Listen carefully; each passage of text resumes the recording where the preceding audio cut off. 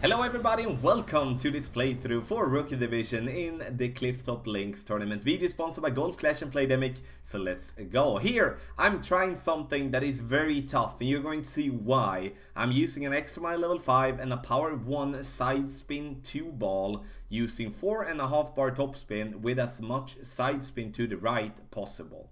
Aiming with the red ring by the rough, adjusting my shot, then push up my target into max distance again, and then I go with as much curl possible using the extra mile level 5. The problem we're having here is not that we're having too little curl, it's that we're having too little top spin. So, and the reason I wanted to add this shot in the playthrough is that I would suggest that you go just straight forward, bouncing before the bunker, going straight forward, having a position like our opponent is having now, and then you're going to bounce yourself up towards the pin. Reason being, once again, is that I do feel that if we mess up that shot that we did now, you're going to see how tough it's going to be for me to even just land this shot on the green.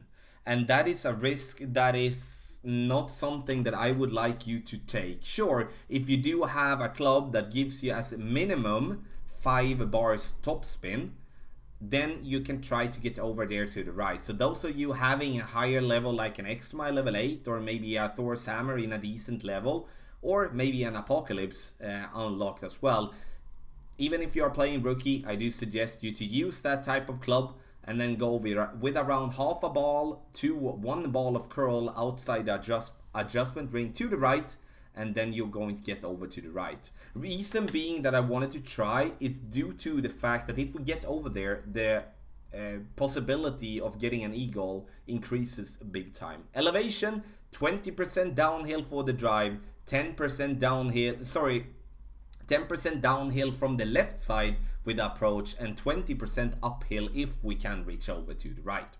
Now we do have the red ring by the bunker line with the blue ring in halfway inside to the right. It's 30% extra that we do need to do. I'm using as much side spin to the right possible with a little bit of backspin with my on my ball, and we are not going to go with any curl whatsoever and just going to let the ball do the job. This is a very tough par 3 where I would see this as if you go short, then you should be satisfied with that. This is a good shot. It makes to give you an easy birdie. If you are not using this instructions given here, you're most likely going to go too long or you're going to go very short.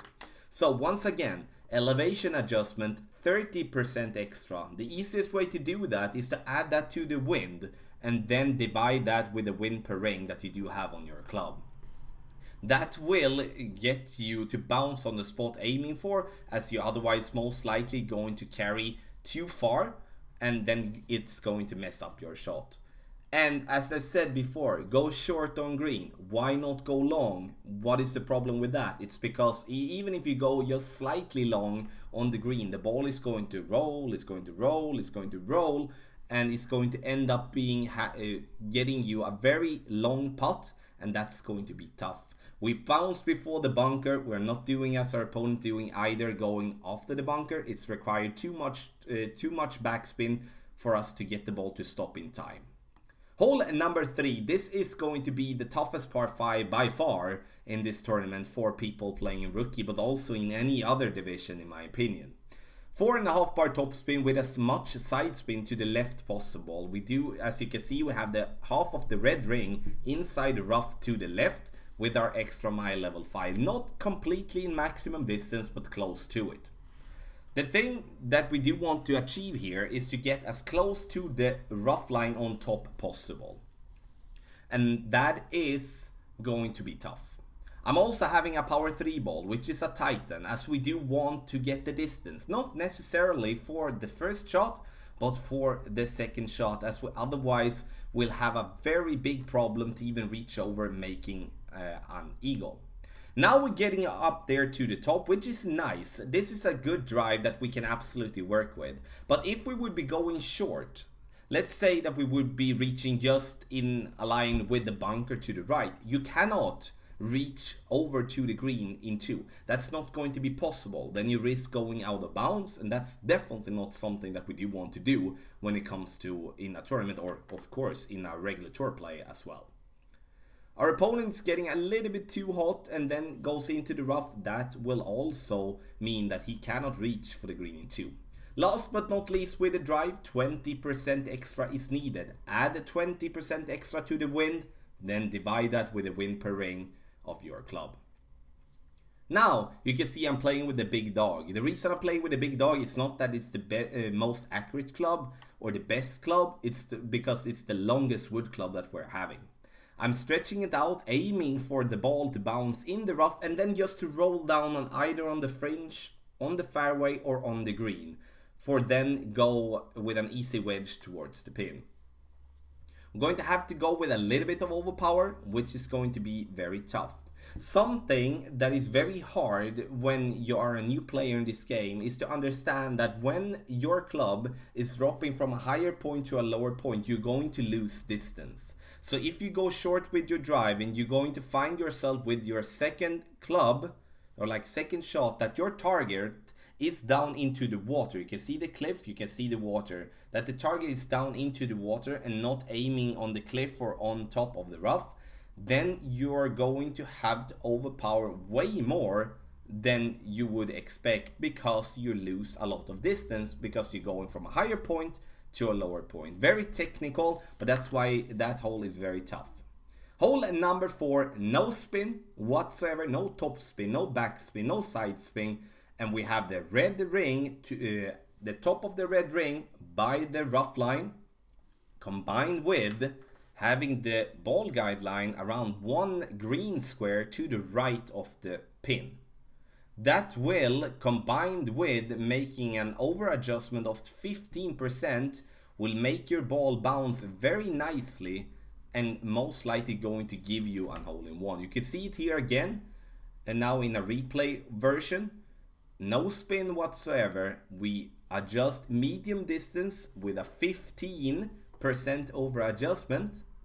And you can see with our basic ball here, it rolls very nicely. Take that little left turn as there is a hump there on the green and gets into the hole.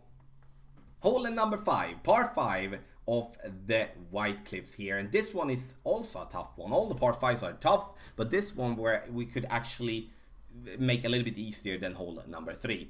1 bar of topspin would be the thing that I would go with. I want you to play with a power 2 ball, not necessarily for the drive. We should manage with a power 1 ball, but for the second shot, we do need a little bit of distance, so we're not going to find ourselves having a long way towards the pin, because we're actually, when we're playing on the right side, we do want to find ourselves for the second shot having an albatross attempt. Max side spin to the left, 1 bar top spin, and I'm playing with a katana. Maximum distance with a 10% over adjustment. So the 10%, you add that to the wind, you then divide that with the wind per ring. And once again, when it comes to adjusting with the ring system, you can find the video like learning how to adjust for the wind here on the channel. Check it out, and then you would be knowing what I'm talking about. It's also the absolute easiest way to make sure that you're hitting the intended spot by using that method. Second shot, now we are going to have different ways, I would say. In this case, we are in complete maximum distance. We will have to use a little bit of topspin, not too much, as we're going to roll over the green into the rough if we're using more than 1.5 bar. You can see here that the tip of the ball guideline is around at the fringe, and for that reason we are only going to use 1.5 bar. If we would be let's say we would be using a very making a very short drive, then we would be having to use 3 bars of topspin, or maybe 4 bars. So it all depends on the drive that you're making. We're coming in with a very nice distance, but unfortunately I hit the ball great to the right, and therefore we're going to miss the hole a lot to the right as well. No elevation adjustment, so that shot you just play as normal. Here for hole number 6, this is probably my favorite par 4 in this tournament, as I feel very confident dropping this shot from distance. 4.5 bar top spin, and then I'm using 2.5 bar side spin. I'm using a Marlin ball, which is power 0. We do not need any power for this drive. We definitely don't need any power for the second shot either. The only thing that we do need to do is to add 10%. Add the 10% to the wind, and then divide that with the wind per ring of your club. No curl whatsoever, therefore we do have the side spin that is going to help us to push our ball in towards the left. You can see here that our ball rolls very nicely, and we get into the part where you can see this shadow here. It's from the trees to the left that brings out this shadow, and that's absolutely perfect spot. There is where we do want our ball to stop, because then we know that the adjustment towards the pin is going to be as described, as I'm gonna come to the description for that. But that is a perfect spot, and that's what we're aiming for. So once again, 4.5 bar top spin, 2.5 bar side spin to the left, over adjust your shot with 10%, and once again divide that with the wind per ring of your club to get the correct ring adjustment. So now for the second shot, I'm going to use the fairway before the green. That maybe sounds silly when we do have a lot of green to work with, but that's because the green is bumpy and the fairway is not. So I always want to try to find a consistent first bounce, and that we do by using the fairway just before the green there. 1 bar backspin, aim for the hole, and then we're going to play it medium distance with no elevation adjustment. So it's a medium distance adjustment with nothing extra. And this shot is going to be in if we do hit our ball perfect. Which we do! And it's going to bounce, and it's going to roll and come in very nicely, taking the pin a little bit there and dropping down for an eagle. This is going to be, you are going to see a lot of eagles on hole number 6, I would believe. Hole number 7, par 3. Here, once again, we're going to work a lot with elevation here. That we're going to have to over adjust 25% to be able to hit the intended landing spot. Or like hit the intended first bounce, or whatever we can call it. And the thing that I do want to do here is to use the Viper. We do not need more than 1.5 bar, or let's say like this, 1.5 bar is absolutely a perfect top spin adjustment there. We're using 4.5 bar side spin to the left. The reason is that I do want to put my target as far away, or like my ball guideline line as far away from the rough and the bunker to the left side possible. So therefore I'm using the side spin, as I do want my ball to be bouncing more in the center of the fairway and then going into the left.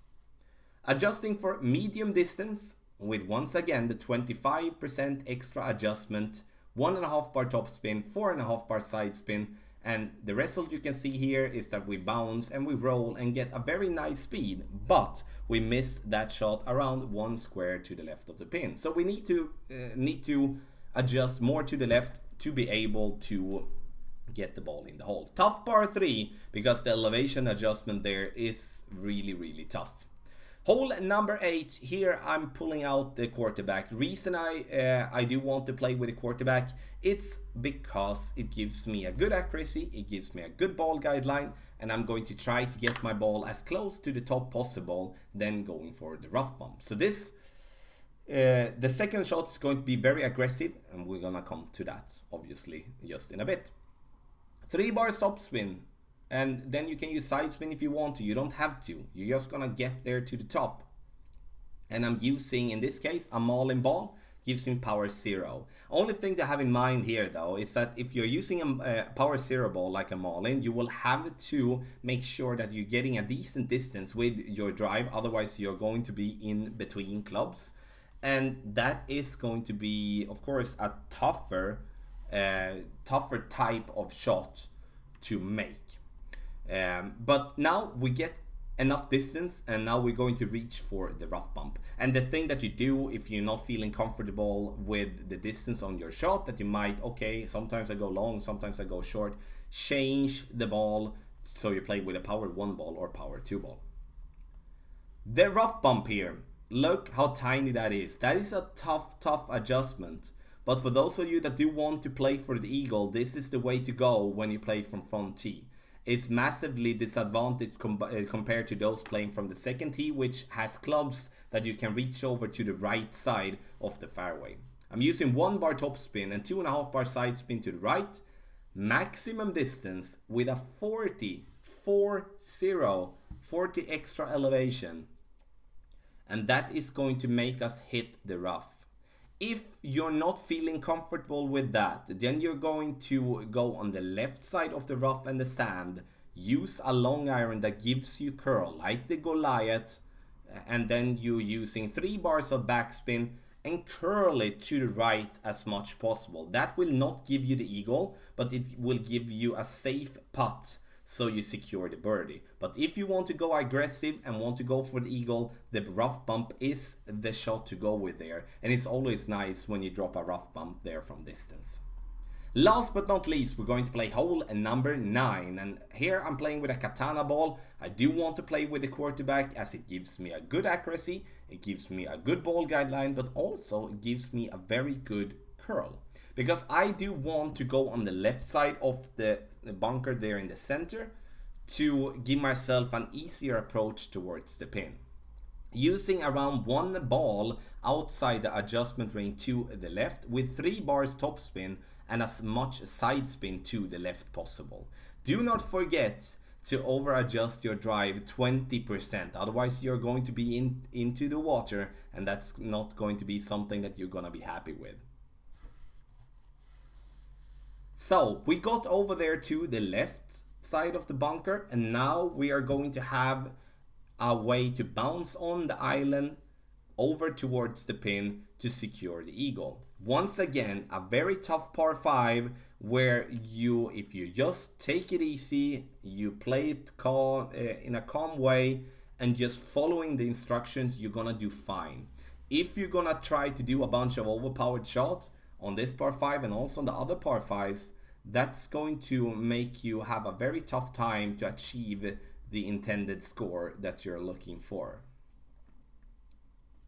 For the second shot now, we need to over adjust that shot with 10%. Not much when the wind is so low, but at least something to have in mind when you play.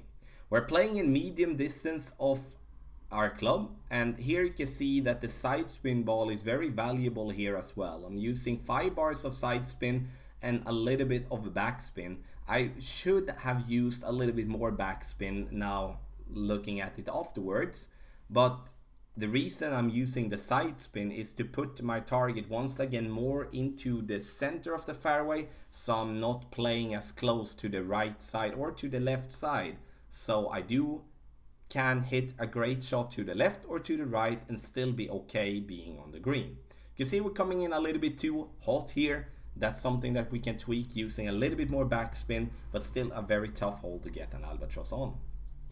So, to summarize this playthrough for Rookie Division, it's going to be a tough one, especially when you do play with lower level clubs and also not spending a bunch of power 4, power 5 balls when you're playing in Rookie. And I do understand that this is based on the club that I'm having, and you might have different clubs, you might have different levels, but I'm trying to explain in terms of stat-wise what you actually can use. So don't steer yourself blind if I'm having an extra mile level 5 and you maybe have an extra mile level 4. Often it's very similar, and if you are concerned or just curious, then please make a comment in the comment section below and I will be happy to help you out. I'm totally sure that if you can manage to get eagles on the par 5s, birdies on the par 4s and birdies on the par 3s, you are going to have a good position at the end of this tournament, because it's a tough one with a lot of elevation and it's also some really long holes. Once again, thank you so much for watching. If you do want to get the detailed instructions in the updated text guides, you sign up on patreon.com/golf/tommy, link in the video description down below. There are pinpoint the details for every division, not just for Rookie, but for every division, so you have that as a help and a guide when you're playing to achieve maybe a better score than you normally get. The video here is sponsored by Golf Clash and Playdemic. Please take your time, hit thumbs up before you go, and good luck in the Clifftop Links tournament.